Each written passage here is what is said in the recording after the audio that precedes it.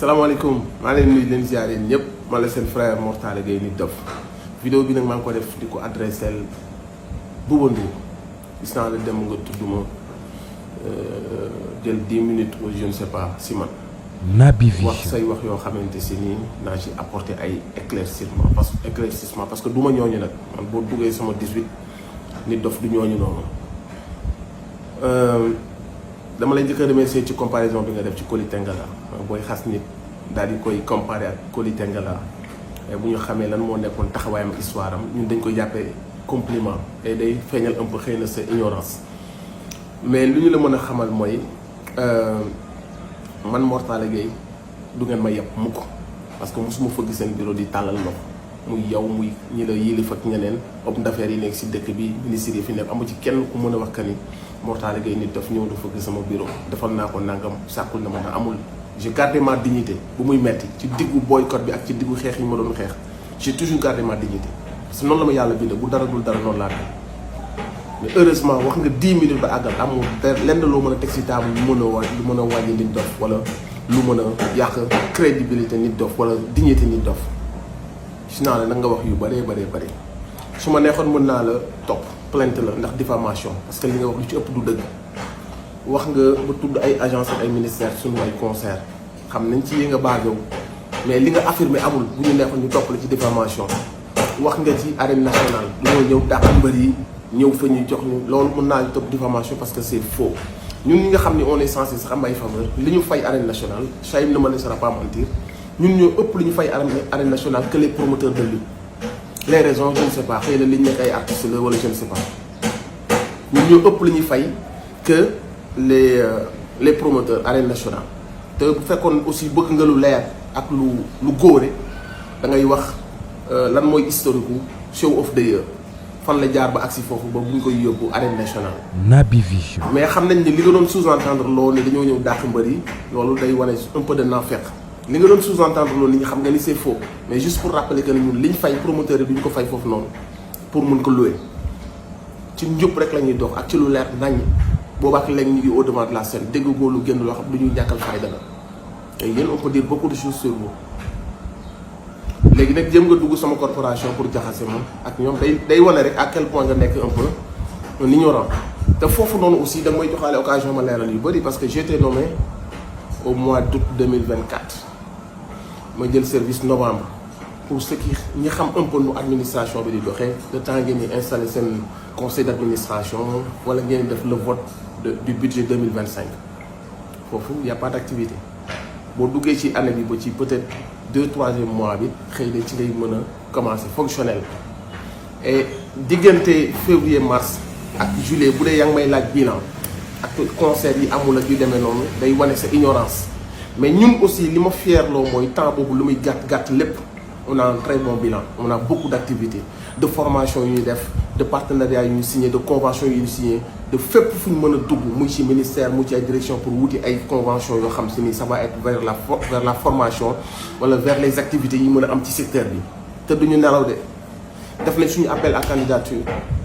à projet et on va financer nombre de projets yoo xam ni fonds bi mosu ko financer d'ici peu de jours di nga gis la liste di nga gis les sommes allouées et di nga gis que ni le secteur va bouger partout parce que looloo tax état teg fi fonds boobu noonu dina bouger à Louga dina bouger à Tamba dina bouger à Sédhiou fépp ci Sénégal di nga gis foo xamante si ni structure bi subventionné leen Naby Vision ñi nekk ci formation nañ nekk ci formation ñi nekk ci spectacle événementiel nañ nekk ci événementiel production ainsi de suite loolu fond bi def na ko temps bi lu muy gàtt et d'ici peu de jours on va je dirais même peut-être heure ou jour on va balancer la liste loolu yëpp c'est pour te répondre et laaj lan mooy suñu bilan ci la nekk ñun ci lii lañ nekk ñu ngi ci liggéey bi et je pense que temps bi lu muy gàtt yëpp innovation yi ñu indi ak transparence bi ñu woote plateforme yi ñu teg ba ñëpp am ci accès je pense que loolu noonu xëy na yow yaa xamul mais les acteurs savent et quand tu es un ignorant tu restes un ignorant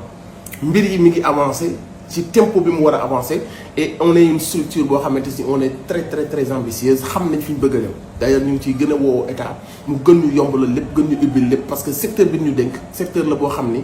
teggi la soo dugalee léegi da nga gis résultat léegi muy formation muy événementiel muy production xaalis boobu bu duggee rek acteurs yi dañuy mën a nekk en activité dañuy mën a productif dañuy mën a am jàppale buy tax fépp ci Sénégal di bouger parce que on a besoin que ça bouge et appel à projet bii ñu def rek ça va permettre mu bouger fépp ne serait-ce que ñu mënul woon teg seen festival teg ko ça va permettre à la population non seulement dinañ am des moments de divertissement mais ci ginnaaw festival bi ça fait beneen chaîne de valeur bu ci rajouté wu muy day créer de l'emploi day créer benn économie autour te loolu yëpp ñu ngi laaj état mu gën ñu jàppale gën ñu ubbil bépp porte parce que ñun bu ñu taxawee rek secteur bi day dox secteur bi c'est la jeunesse. donc Bouba Ndour da nga ma doon permettre ma defaale woon appel boobu noonu à nos autorités yi nga xam ñu ngi ñuy taxaw ñu ngi teg ci conditions yu baax ñu ngi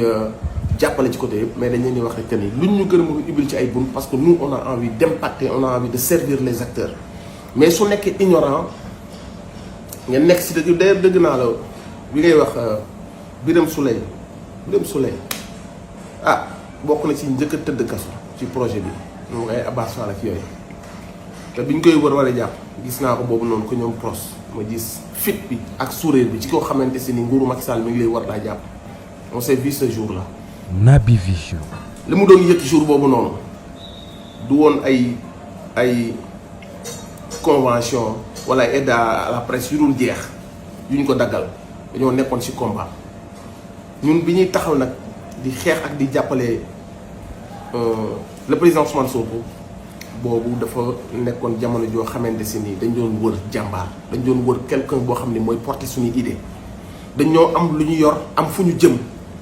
ñu gis nañ jet privé gis nañ 8-8 lu ne gis nañ ko ñu gis benn oto bu simple mais bu yor papier yëpp yor benn chauffeur bu lucide naanul toxul deful dara ñu ne kii moo ñu yóbbu fa lañ jëm ñu jël bagage yëpp def ci loolu moo tax ñu koy surveiller ku ko song bu ñu daal sa kaw du la personne de Ousmane Sonko mais li ñu ko dénk la ak li muy représenté pour la jeunesse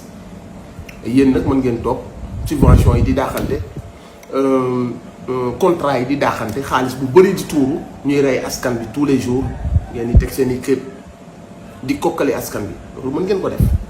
mën ngeen diaboliser mu ngeen topp ay imam di leen woowee ay terroristes lu ne ñu koy misère ba dee ak seen famille yéen ngeen nekk toujours à l'aise ak seen i subvention ak seen i aide de la presse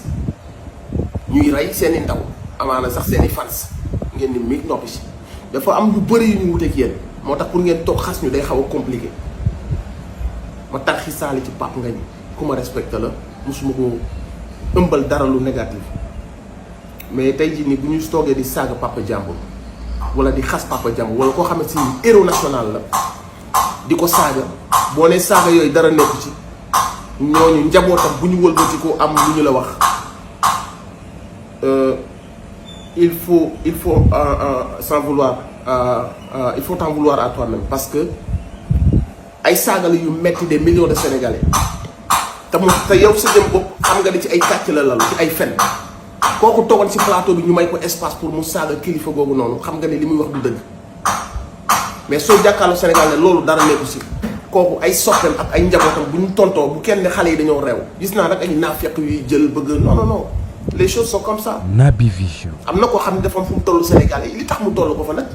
les valeurs yi muy demee la taxawaay bu mu am la posture bu mu am la ba ndaw ñi gis seen bopp protéger ko parce que li tax bu ko doon protéger muy média daf ko bëggoon rey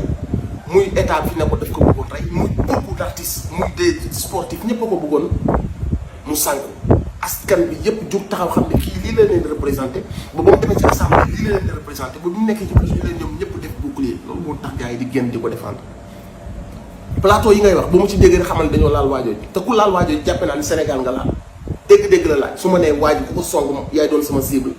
du moom jëmm bi rek jaral na ma ko mais li mu ëmb ak li muy représenté la plateau man su ma nangu benn plateau xamal ni décliné naa plus de 15 invitations man ay siiw ak yooyu ay visibilité aw ma problème boobu noonu mais su jotee wax jotee dañuy génn wax parce que fii yàq daf fi gaaw te am ñoo xam seen plateau la ñuy yor jël seen benn tricheur mu toog ñu yaatalal ko ne ko saagaal chaque vendredi parfois on est obligé de génn wax ak yéen man nag mën nga taxaw oui ñëwoon naa show of the year non bien j'apprécie à sa juste valeur moom foofu mu si ñëw nee naa la merci beaucoup d'être venu yu demee noonu mais li ma amal solo mooy li ngay sous-entendre doo mës a génne fu nit daf ñàkkale fayda ak ñëw si yow tàllal la loxo wala mu ñëw seen i bureau tàllal leen loxo loolu du mës a am parce que man muy yow muy ñeneen du mës a am Malal bi ngay sàkketoo Malal lii c'est quelqu'un boo xam si man ak moom on a de bons rapports on est rarement d'accord day def yoo xamante si d'accorduma si wala moo xam d'accorduma si mais on reste quand même de bons amis am rapport yu baax. J'espère que bi ngay toog di ko wax bi nga daanelee wax na la woo naa Nit Dof avant-hier j'espère que Malal wax na la ko ñu ngi déggante et Malal dina la ko wax bi nga waxee ba àggal dina la jot naa Nit Dof avant-hier. Naby Vision. Donc ce n'est pas parce que nag Malal doon na toog ci plateau boobu di wax libérer Nit Dof que day tax ba plateau boobu bis bu ngeen ko defee meeting tous les vendredis pour saaga leader bi nga xam ne moom lañ dénk avenir u réew bi teg ko ci loxoom dañuy toog jëleen seetaan muy yéen di keneen képp ku mos a songu jëmm jooj ñun on se braque contre yow.